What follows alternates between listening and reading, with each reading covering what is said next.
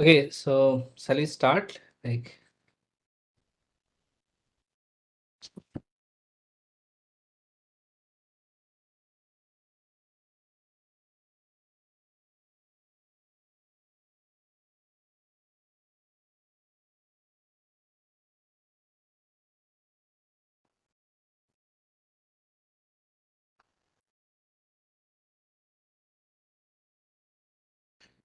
Yeah, thanks. So I'm so sorry, actually, I'm taking a staged lecture, but yeah. So now we'll be briefly see the SVD part, which is very similar to EVD, but there are some difference. I'll say the difference part, and then I'll continue some of the programming stuff. Okay. Okay. Let me open the chat box. Yeah.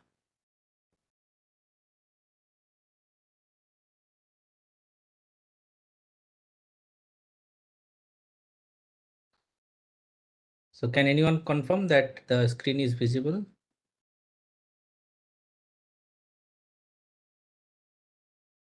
Yeah, thanks.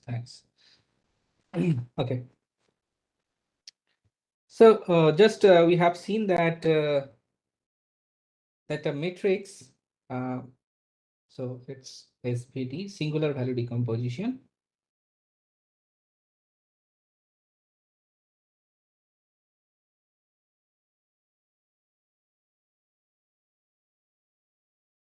Okay. So basically, just we have seen that we can represent a matrix U as U lambda U star. So given A dagger A equals to A dagger. So if the matrices are normal matrices, then we can compute their eigenvalues. Okay, eigenvalues of the matrix A. But in general, if A is any ordinary matrix with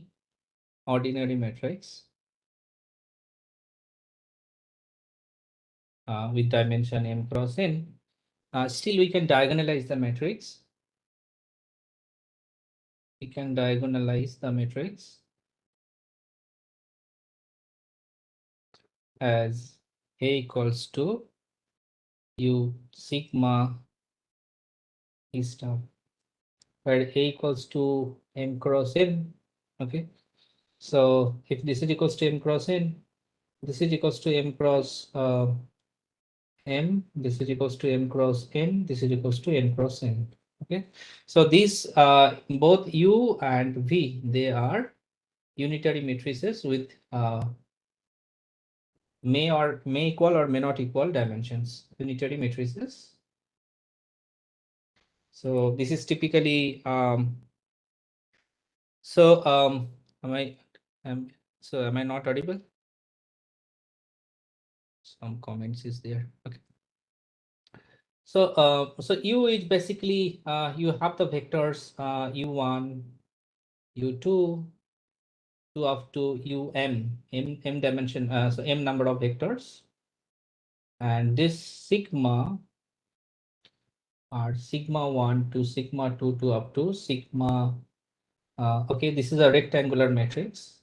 So you have to decide what is m and what is n, right? Whether m is greater than n or it is less than n, we have to check. Okay, and then basically there are v1 vectors, v2 vectors, and so on up to v n number of vectors. So these vectors u1 to um, they are called the left singular vectors. Left singular vectors. So earlier in the eigenvalue decomposition, this part and this part, they were same, and they are called the eigenvectors. And in this particular case, they are in fact different. And this part is called the left singular vectors, and these are called the right singular vectors. Right singular vectors. Okay, and you can see that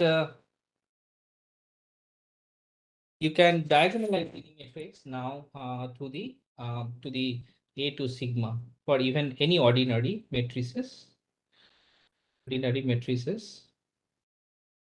to a diagonal matrix sigma, right? Now, if A is a low rank matrix, that means if the dimension, suppose let's take A equals to n cross n, and the rank of A is basically R, where R is less than 8. In that particular case, you will find a n cross n diagonal matrix, but the component are up to sigma R, there are non-zero element, but all rest are up to n, they are 0. Okay. And this is a R cross R matrix, submatrix of the bigger matrix, right? So, but the beautiful part is basically you can diagonalize any ordinary matrix using SVD. But there is a catch. What is the difference between the SVD and EVD? Obviously, there is geometric difference. I'm not covering the geometry today. There is a big geometrical changes like stretching and other things. So that part I am remaining. If some future lecture I take, I will cover that.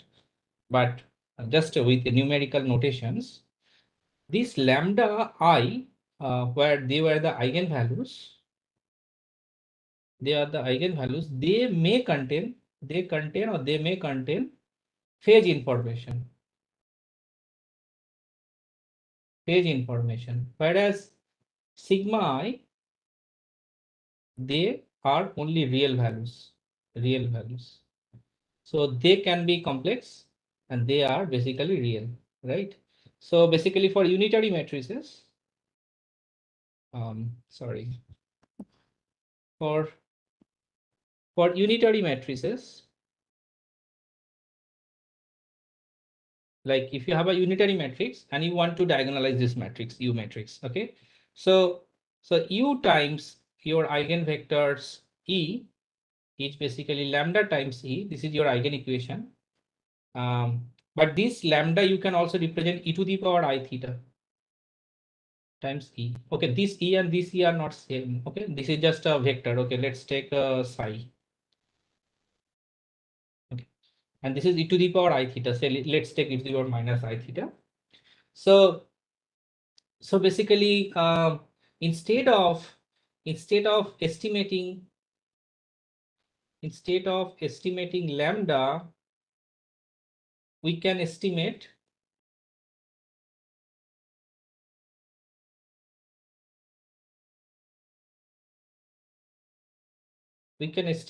phi, right? So given because most of the quantum operators, they are unitary, right? So if you want to estimate their eigenvalues, right, of the quantum operators, better you estimate the phase, because e to the power I theta, I and E are basically you need not do anything. You just need to compute the phase estimation problem, right? And the algorithm that performs this job is called the quantum phase estimation algorithm.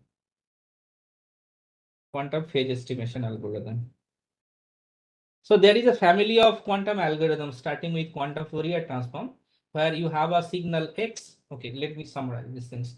You have a signal X and you apply the quantum Fourier transform, which mathematically same as the discrete Fourier transform, but implementation wise different. And you get some ket Y, where this ket X is represented in computational basis, say ket 0 plus ket 1. But here you have the Fourier basis representation. Say this is your A1 times Fourier basis 1 plus A2 Fourier basis 2. This is your quantum state psi or ket X, and this is your quantum state ket Y. This is just a different notation, and this is a unitary operations. QFT matrix is a unitary matrix. Okay. So what is happening here? You are just changing the basis. So you are applying U time ket X, you are getting ket Y. This is a simple basis transformation. So this is just a basis transformation. Okay. So then basically eigenvalue application. So you have given a matrix U and you have the eigenvalue say ket X, and you are getting some lambda times ket X, basically ket X. So that is your eigenvalue equation. And you want to estimate the lambda. Better you estimate, because U is a unitary matrix, all quantum operation are unitary. So it is basically e to the power I theta or minus I theta. So then basically you estimate better theta, right? That's why this protocol is called QP protocol, quantum phase estimation protocol. Similarly, the Grover search algorithm, when you try to find an element, you try with some reference vector, then you do mathematical reflection, you go back, you come back again. So there is a successive mathematical basically operation such that you get a change of phase like theta to minus theta. If that happens, then basically your bit flip from 0 to 1. So I'm not explaining all these algorithm. These are all the families of algorithm. If I get a chance to talk to you in the QT-05 or somebody else, you will see that all these mathematical algorithms are direct application of your eigenvalue problem and simply matrix transformation problem. And where we are interested, your quantum circuit will simply implement this U and implement this psi. All rest thing, all other thing which will act on psi to get your result or simply linear algebra. Okay. So, okay, with this, I conclude the, okay, let me share the relationship, okay, between SVD and EVD. Okay. So definitely for any ordinary A, I cannot compute the eigenvalue decomposition. So I can compute the singular values, right? For any ordinary A, because they may not be Hermitian, they may not be normal. So I cannot compute the, so EVD may not exist, right? It may not exist, right? So, but SVD exists, right? And SVD exists. So this happens. So then what we do is so there is a relation, okay? So suppose I can do EVD and SVD of a matrix, then what is the relation between the eigenvalues and the singular values? Okay, let me write the sentence first.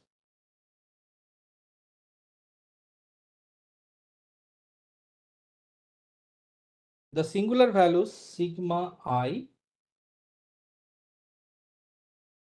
are square roots of the non-negative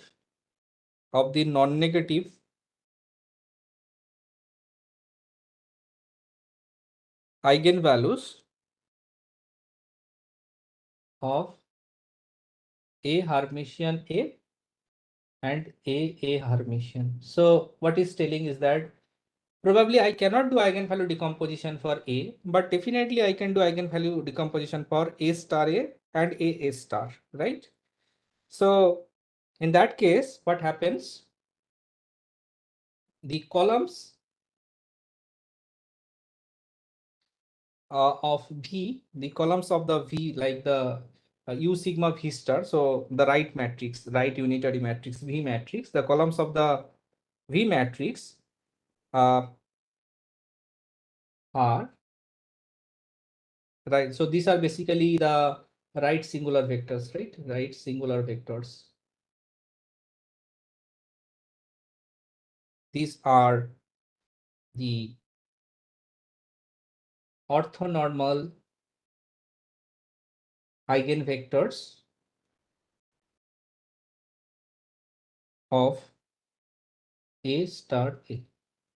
So what I'm telling is that, so suppose V1, okay, that is an right singular vector for the matrix A, that is equals to the E1 of A star A matrix. I'm writing as a function, okay? So basically eigenvector of the matrix A star A is the right singular vector of the matrix V1. Okay. So similarly, for in case of U, so this is V. Okay, this is V. Similarly, for the left case, left singular vector, say this is U1. Okay, that is same as the eigenvector of A star. Okay, so U1 of A, it's basically E1 of A star. So that is the relation, specific relation between SVD and EVD. Okay. And the first sentence I said, like singular values are square root of the non-negative eigenvalues of this and this. So if you take the square matrix and you find some non-negative eigenvalue lambda, so this is basically square root of that. So that means square root of lambda, that is equals to sigma I lambda I, right? And this lambda you are computing from A star A or A star, from these two matrices, whereas sigma you are computing from A. Okay, so this is the specific relation between EVD and SVD. There are like importance of SVD in quantum computing as well, specifically for the equations like the Harrow-Hasidim-Lloyd algorithm, HHL protocol in quantum and all. So I'm not covering those things just to maintain the flow of the course. There are some important basis set called the Krylov's basis set and Arnoldi iterations to compute those basis sets. So I am also not covering those things. So these are advanced algebra topics, but they are given in the notes. Okay, and importance of EVD and SVD in quantum computing are also given in the notes. The working principle of variational quantum eigensolver is also given in the notes. Please have a look. So because of the lack of time, I'm not covering those aspects, but I'll cover a bit on the little bit on the programming. Okay, so any question you can ask me here. Okay, and then I'll start the programming stuff.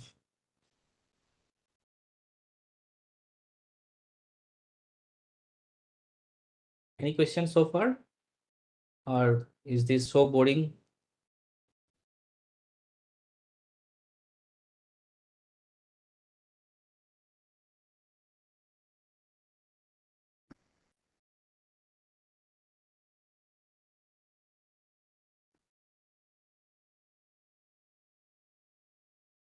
No comments? Uh, which decomposition should we use? How to decide? Yes, this is why a person is hired for the algorithm and software role, especially algorithm role. So in real world, we do not know whether this matrix is simple ordinary matrix. This is a particular structured matrix like square or not, or they are Hermitian or not. In fact, there are some more things which I haven't covered in this session, like random matrices. If noise is added to your system, like so these are called random matrices, right? Especially when you design quantum gates, there are various noise sources, right? And your unitariness is sometime lost, right? Then what to do? So that is the purpose. So I have given some of the basic tools like Cholesky decomposition, keyword decomposition, EVD, and the condition where when they should be used. But in real time, depending on the data, which algorithm shall I choose, or which protocol shall I choose, subroutine shall I choose to go ahead. So this is the purpose, like when you try to solve problems, basically you get to know, okay, this is a, say for example, okay, this is a positive semi-definite matrix. Okay, better let's decompose it to Cholesky decomposition and get a lower triangular form. Okay, I minimize the half of the elements. Fine. Computationally, this is very efficient. Now, the question is, at all, can I implement on a quantum computer? That's a question. You may not always, even if you simplify something, it doesn't mean that you can solve on the quantum computer. But yeah, I mean, they have classical importance as well. So typically, sir, for quantum computation, each and every operator has to be unitary, right? So all the quantum gates are reversible quantum gate, means unitary gates. So because you use star equals to identity, but we do not always have our general system in engineering and science. They may not be, in general, they may not be the unitary in form. So given some matrix, and I have to convert to the unitary form, there is a quantum protocol called the Hamiltonian simulation. So maybe I sometimes, if I get a chance, I'll cover that topic. So how to convert any matrix to a unitary matrix, there are methods. Okay. Okay, so now, the programming, I won't write the, it's better always to write the code in hand. I have shared the code. Now I will run block by block and I'll explain. So this is just, I'll take roughly 10 minutes for the programming and you just need to run it simply. Okay, so what are the things? So we have learned a lot of linear algebraic stuff, and now let us just code it using Python. So let's first to code using certain libraries. We will be importing certain libraries. For example, the NumPy. This is a library in Python programming. So import NumPy. So we are calling the NumPy library to do certain numerical computations. And we are calling that NumPy library as NP. It's a short name. Even if you do not give this NP, that's okay. Just import that library. Similarly, we have the matplotlib.pyplot as a library. So the first, this particular thing, NumPy does various numerical operations like multiplication, arithmetic operation, algebraic operations, and all. Similarly, matplotlib produces graph plots. SkyPy also gives various, the scientific computing like power of a matrix or those kind of operation. So some other packages for our coding I have taken. So let's run this block.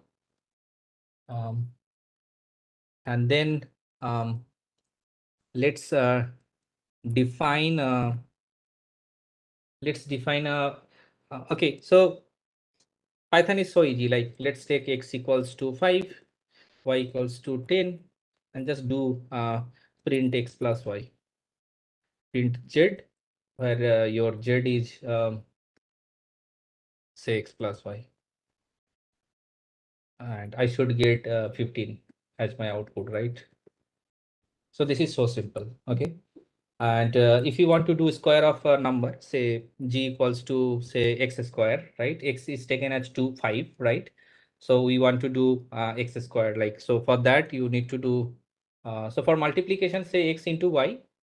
So, and let's print z. So it should give 50. So it's an error. Okay. Sorry. So it's 50, but say let's take another number, say x star 2. This is the power, like x square, double star multiplication. Double multiplication, if you do, it's a kind of power. Okay. So it's 5 squared equals to 25. So there are just a simple notations like Python notations, so it's not that difficult. So now let's define a array or the vector using the NumPy library. So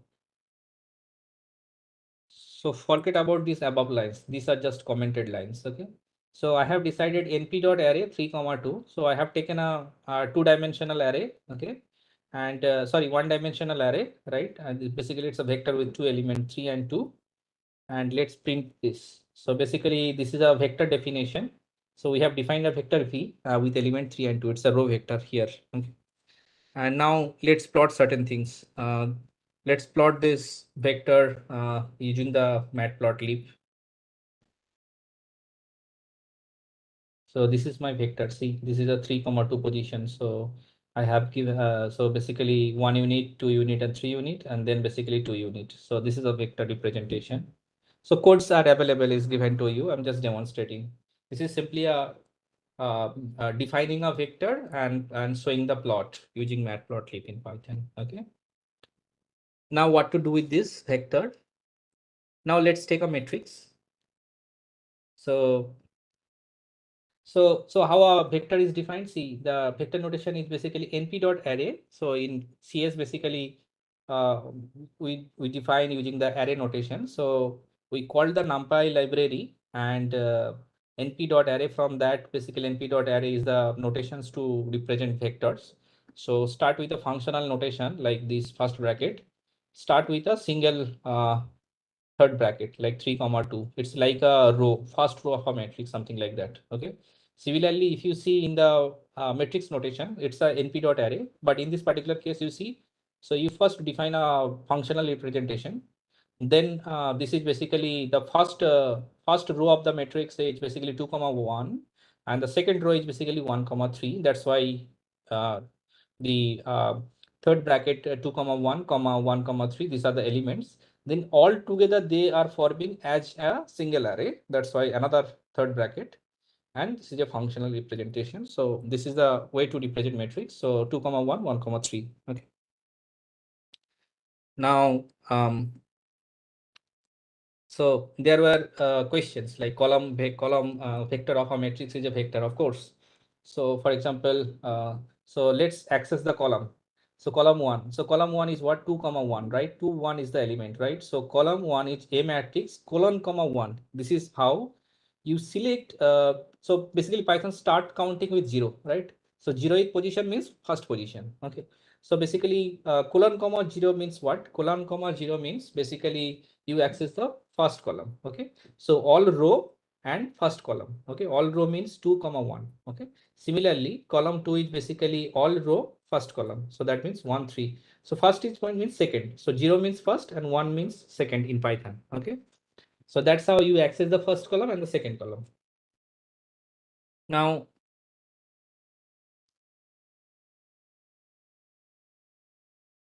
let's plot certain things.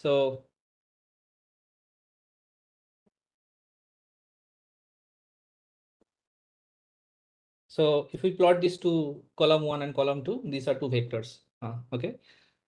In the geometry. So how to plot this thing? So basically I called this it is very same as the MATLAB. So here basically instead of figure I have called plt.figure, where the matplotlib I called it as plt. Okay, this plot command as a plt command. Comment, and this plt dot this figure and the limit of the figure and the other details like title of the figure, label of the figure, legend, and so on. So these are the two vectors representation. Now go to little more details.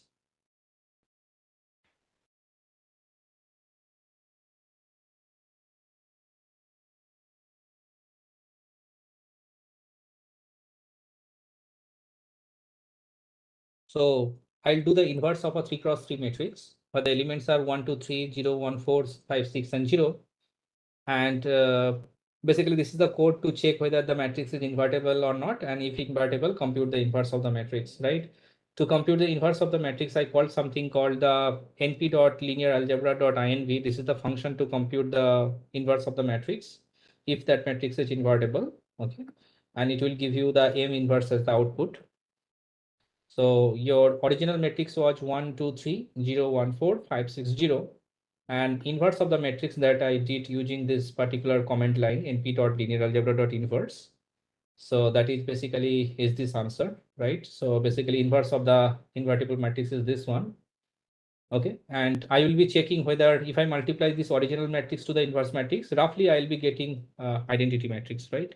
So theoretically one, but sometimes due to computational inefficiency of the hardware, there some garbage value may come, like very little float number may come into picture. Okay, so you do not need to worry for that. So then, if it is a non-invertible matrix, say for example, now I take a matrix 1 2 3 2 4 6 7 8 9. Now you can see the second row, right? The second row is basically a dependent row vector with the first row, right? The second row you can represent as a 2 times the first row. That means we do not have independent number of rows. Earlier I have said independent number of columns. Here you can see independent number of rows. So two independent number of rows and there is a dependent row. That means this is a rank deficient system. If it is a rank deficient system, then the inverse should not exist. So basically you see you are getting an error. Inverse for the matrix is not possible because it's a singular matrix, because its row or column, they are linearly dependent on other rows or columns. Okay. Then let's do a pseudo inverse formula, because let's take a different matrix. Let's take a rectangular matrix. So for the rectangular matrix, you cannot simply a numpy or linear algebra you can call, but you will not get any answer because it's a rectangular matrix. So you have to compute the pseudo inverse. For pseudo inverse, the comment is PINV, P for pseudo. Okay, PINV is the pseudo inverse formula. Whereas if you remove the P part, it is INV. INV stands for inverse. So pseudo inverse will do what it will do. It will do basically A transpose A whole inverse A transpose B. So if I do that, so basically all the formulas is given here, like and you can see if this is your rectangular original matrix, and the pseudo inverse is this one. Okay. So pseudo inverse is useful for linear least square problem. Okay. if you have the non-homogeneous equations. So these kind of equations can be helpful. Now let's do some decompositions. Say let's take a matrix like this: 4 1 2 1 5 3 2 3 6. We just defined a matrix. Let's do the QR decomposition. So QR decomposition should basically, the comment is very simple: np.linear-algebra.qr decomposition of the matrix D matrix, right?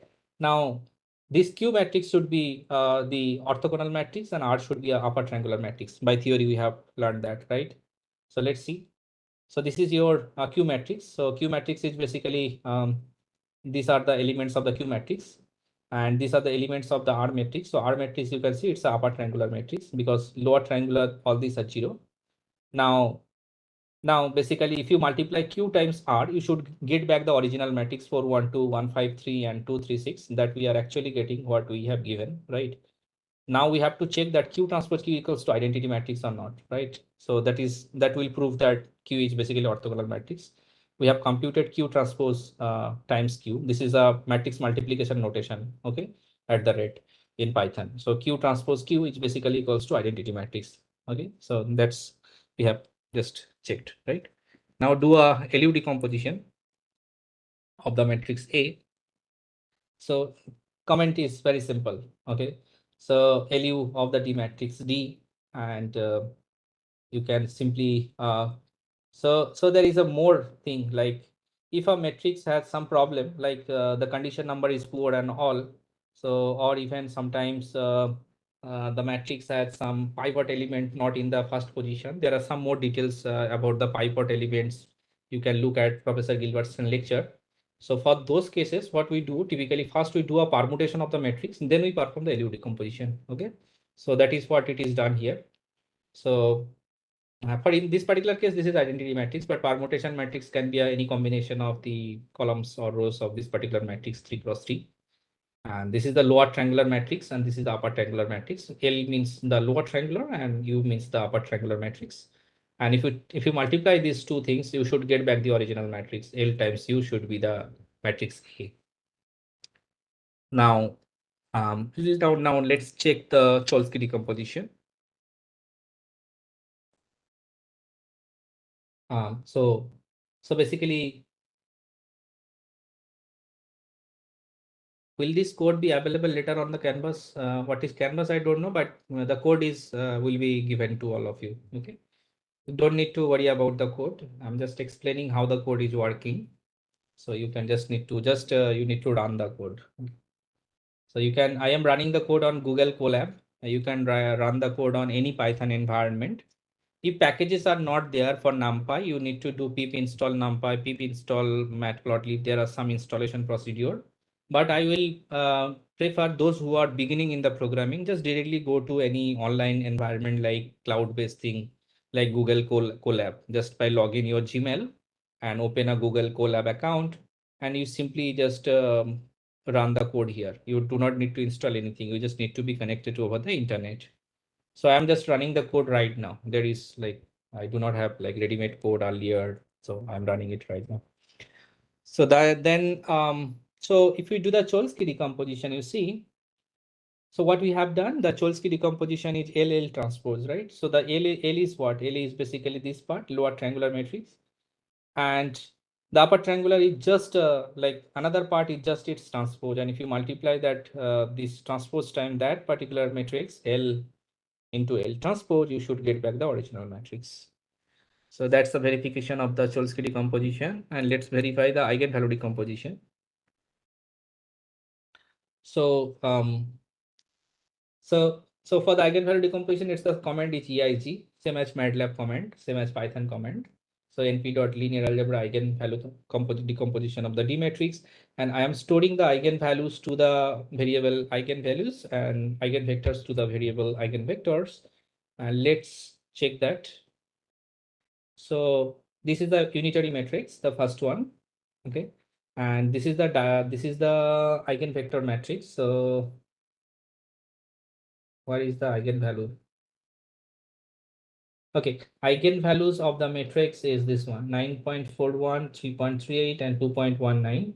And eigenvectors of the D matrix, columns of the D matrix are given here, right? And this is the verification of this formula, A x equals to lambda x. Okay. Now directly go to something.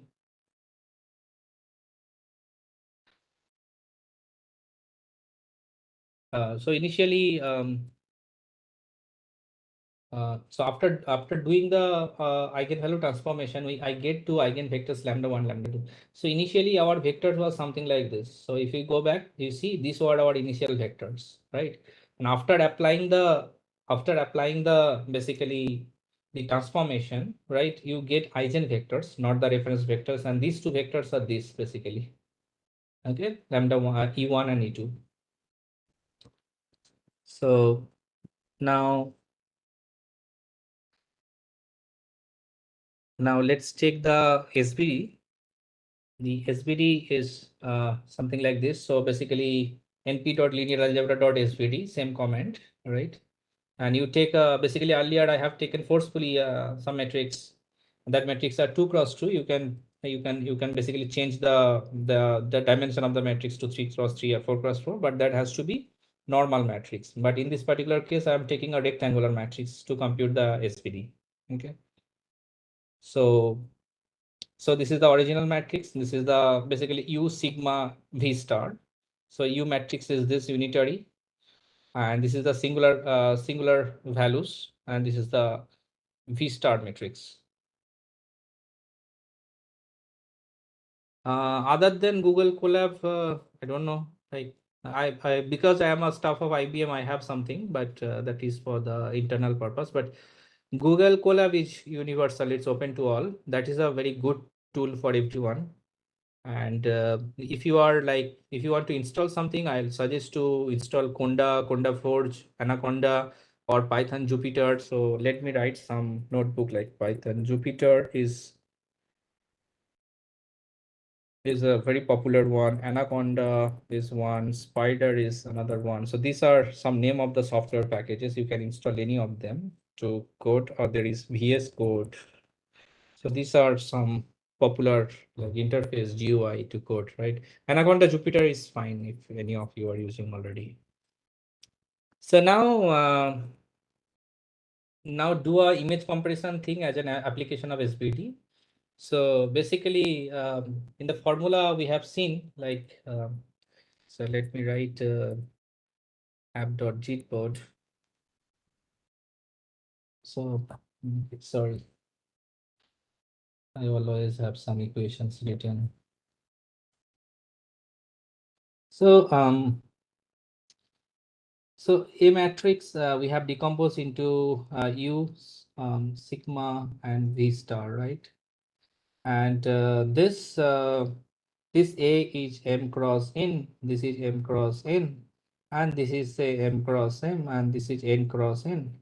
And this sigma you have like sigma 1 to up to sigma n, and then sigma n plus 1 to sigma r plus 1 to sigma n. And suppose you want to use this particular singular values as important contributor, okay, as important I mean, if you assume that this portion contains most of the energy of the system, and you want to reduce the dimension because r is less than n, and suppose it is a 1 lakh dimension, okay, and you want to truncate it to some 40 dimension, okay, or 1000 dimension, 1024 dimension, right? So basically, and then you want to reconstruct the same matrix A. So typically an image can be thought of a matrix, right? There are pixel values and all. So basically there are like how to compute like dimension of the matrix and all, there are formula, but in general you can check that this is like a matrix whether a pixel exists here or not, like that. So now I want to reduce the size of the image using the SVD algorithm. This is just an application. Code is given here. So uh, OS is not defined. What is OS? Sorry.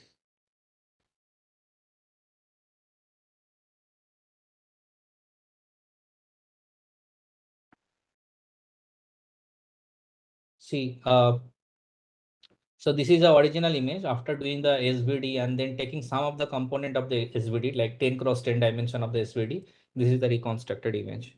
Let me take a real image.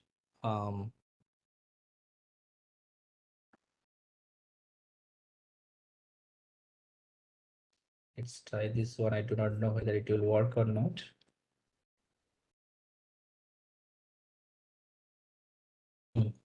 So this is a like the Statue of Liberty image, and we have decomposed the matrix into the singular value decomposition. Then we took the rank 20, like 20 cross 20 dimensional matrix to draw this picture. And now what I'll do, let's do so instead of truncating to 20, let's do a 40 cross 40 just to improvise the image quality little bit more.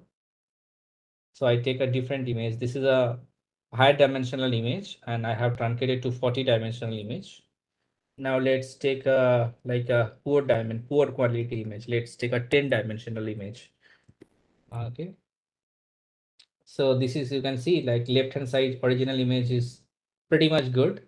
And basically this is a like a 10 dimensional image representation, 10 cross 10, taking the 10 cross 10 singular values. The image is demonstrating that there is something, but quality of the image is not so good. So accordingly, you can increase the dimension of the matrix. And so this is just an application of SVD to image compression method. So there are various methods like how much energy you want to pass with what computational advantage and all. Yeah. So with this, I conclude the session here. And if you have any additional questions, I am ready to take. Thanks. Thanks to all of you for attending the session.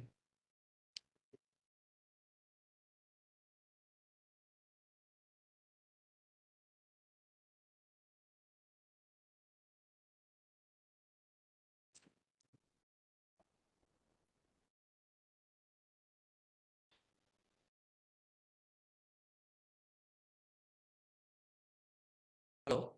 Yes, yes. I mean, Yes, yes, please. thank you so much, sir. Thank you so much for your insightful session. I hope the amount of question I see in the chat box is evident of how much participants are enjoying the class. And participants, if you have further question, you may ask, sir. And definitely, as I have told you earlier, the session that is he has delivered will be very much useful whenever you are working in the different domain of either image or any other reconstruction kind of thing. So definitely that will be very much helpful in your research kind of thing. So if you have further question, you may put in the chat box, or else we may share it with the sir, or you may directly mail sir also Yeah. your concern or your query. Sir will definitely be happy to answer those queries, and maybe some of you may collaborate with sir for future research work also. So thank you so much, sir. It was really a very informative session.